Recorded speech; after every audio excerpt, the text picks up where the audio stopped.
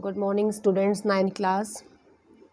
Students, in the previous videos lecture, we have properly discussed about matter, its physical nature, and its classification.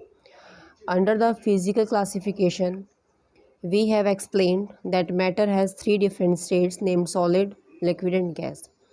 After that, we have discussed about the characteristics of particles of matter. Today, I am going to explain about the comparison between these different states of matter, how these solid, liquid, and gases can be compared on the basis of different properties. By using these properties, we can explain about solid, liquid, and gas, and clearly we are able to understand the basic differences between these states of matter. So, the first property is packing of particles. As we know, in case of solid, the particles, that is the constituent particles, are closely packed. The particles are closely packed, that there is no vacant space present between the particles. Clear? And here the word constituent particles means atoms or molecules or ions. Clear? The word constituent particle means atom, ions or molecules. So in this case, the constituent particles are very closely packed so that there is very minimum space present between the particles. Like this. Suppose this is the solid state of matter. Each sphere in this diagram represent the constituent particles, and here it is clear that these particles are very closely packed, therefore it is a solid state. In case of liquid, these particles are loosely packed so that there is some space present between the state of matter. That state of matter is called as liquid state, and in which in the given volume very less number of particles are present. That state of matter is called as gaseous state. Clear? So the first point is packing of particles. In solid, the particles are very closely packed. In case of liquid, the particles are less closely packed, but in case of gases, the particles are free to move. It means in this case the particles are randomly arranged. There is no fixed position of the particle. The particle are free to move. They can go anywhere in the given volume. Clear? Second property is interparticle distance. Second property is interparticle distance. Now the question arises to our mind, what do you mean by interparticle distance? Inter means between. Clear? Inter means between. So the distance present between two or more particles. The distance or the space present between two or more particles is called as interparticle distance. In this case, interparticle distance, as visible here, the particles are closely packed. Therefore, in this case, the interparticle distance is the smallest. Solid state of matter have smallest interparticle distance, whereas in case of liquid, the interparticle distance, as clear from this diagram, is more than solid but is less than gases. Clear?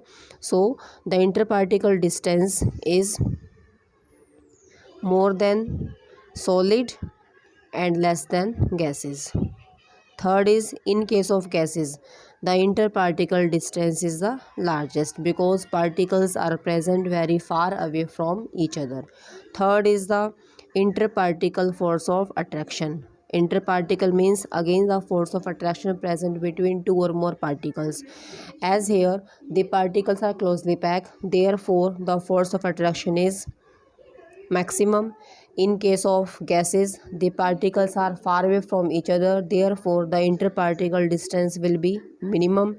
In case of liquid, the distance, as clear, is more than gas solid and is less than gases, so the force of attraction is also greater than gases and less than solid. So in this case the medium force of interaction is present. Clear?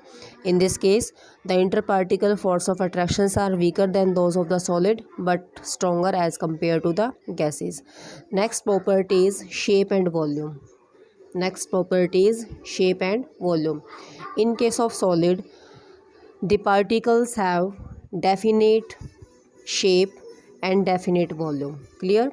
The shape and volume are definite, means it remains fixed. In this case the volume remains fixed, that is definite, but the shape is indefinite. Shape fix नहीं होगा बेटा इसके अंदर, shape remains indefinite. Clear? It means in case of liquid volume remains same but the shape will be indefinite or not fixed. For example, we have taken some water in a container. Suppose we have taken 10 ml water in a glass. If this water is transferred to another container such as in a bowl or in a jug, the volume in every case remains 10 ml but the shape of the liquid changes according to the container. So volume remains fixed and shape is not fixed or indefinite. In case of gases, both volume and shape are indefinite. Clear? In this case the volume and shape are indefinite, it means they are not fixed in case of gases. Clear up to here? Next property is compressibility. The next property is compressibility. What do you mean by compressibility? It is the property or it is the tendency of a matter to change its shape on applying pressure. Compressibility means change in shape with respect to pressure. अगर हम pressure apply करते हैं किसी matter के ऊपर तो उसकी shape के अंदर क्या चेंजेस आते हैं.